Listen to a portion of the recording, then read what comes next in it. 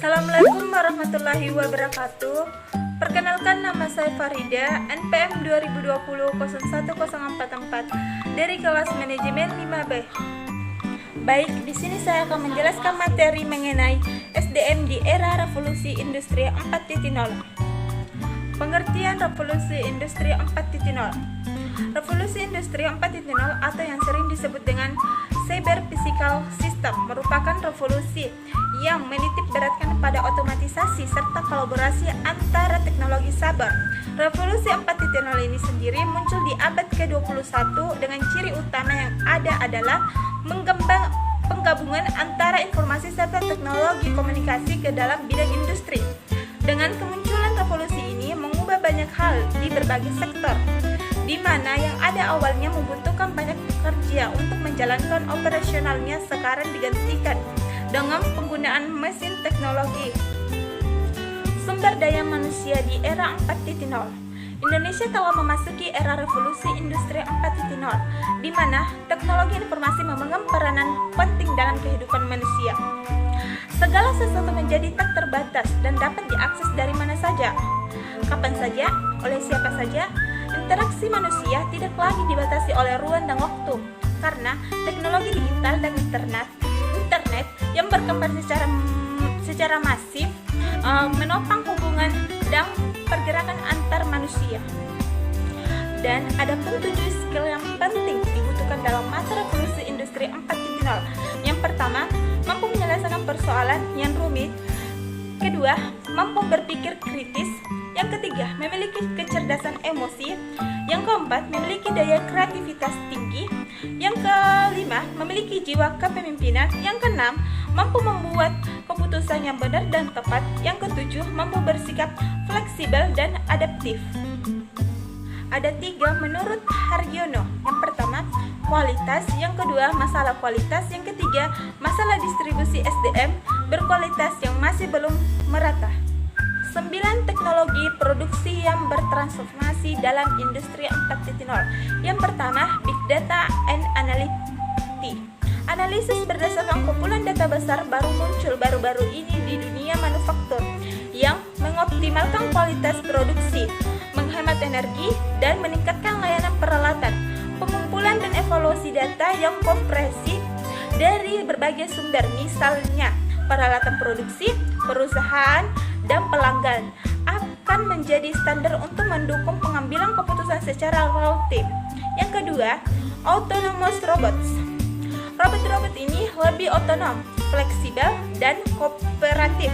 Mereka dapat berinteraksi satu sama lain dan bekerja dengan aman bersama manusia dan belajar dari mereka.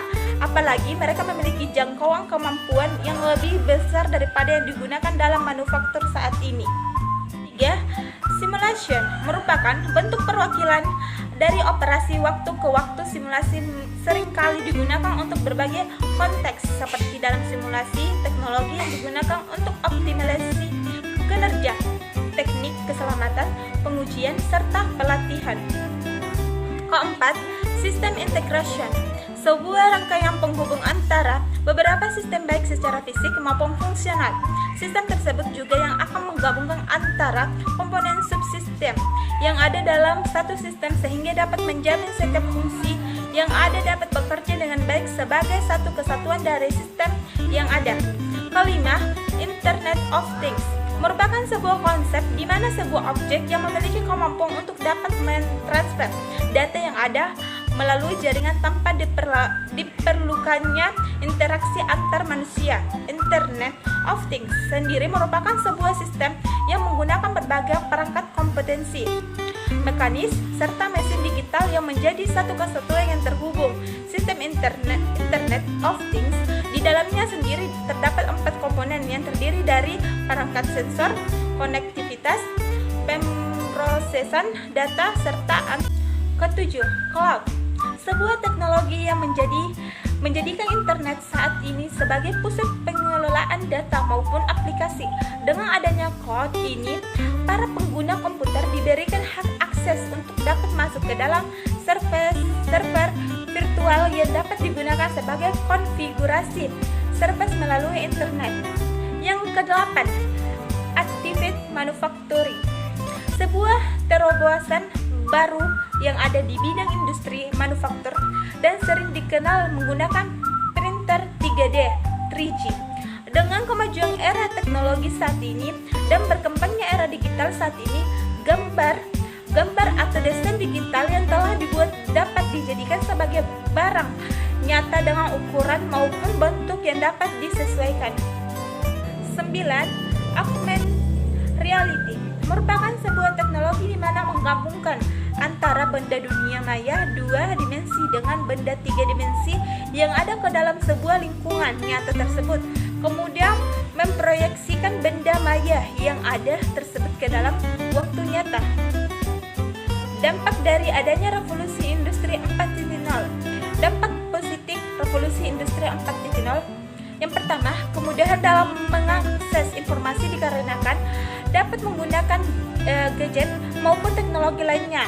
Yang kedua, efektivitas dalam bidang produksi dengan mengganti tenaga manusia yang ada dan menggantinya dengan teknologi mesin, selain mengurangi biaya produksi karena mengurangi penggunaan tenaga kerja. Dengan menggunakan teknologi dapat meningkatkan hasil produksi. Ketiga, dapat meningkatkan pendapatan nasional karena dapat memproduksi barang dalam waktu yang relatif singkat dengan kualitas yang baik. Keempat, peningkatan peluang kerja bagi tenaga ahli. Hal ini dikarenakan walaupun menggunakan mesin, tetap saja membutuhkan tenaga ahli manusia untuk menggerakkannya. Ada 4 dampak negatif revolusi industri 4.0. Yang pertama, lebih rentan terhadap serangan cyber. Hal ini dikarenakan proses produksinya menggunakan mesin teknologi, oleh sebab sangat penting untuk memiliki sistem keamanan yang baik. Kedua, butuh biaya besar dalam investasi alat serta pekerja. Hal ini dikarenakan harus mengeluarkan uang untuk membeli alat terlebih dahulu serta pelatihan keterampilan pegawai agar dapat menjalankannya. Ketiga, berdampak untuk lingkungan. Hal ini dikarenakan dengan penggunaan mesin yang ada dapat menghasilkan solusi udara, limbah dalam jumlah besar serta hal negatif lainnya yang dapat merusak lingkungan. Keempat, adanya urbanisasi, di mana meningkatkan jumlah populasi masyarakat yang ada di kota besar. Baiklah, itulah tadi hasil penjelasan tentang mengenai era revolusi industri 4.0 dari saya. Mohon maaf jika ada kesalahan dari saya.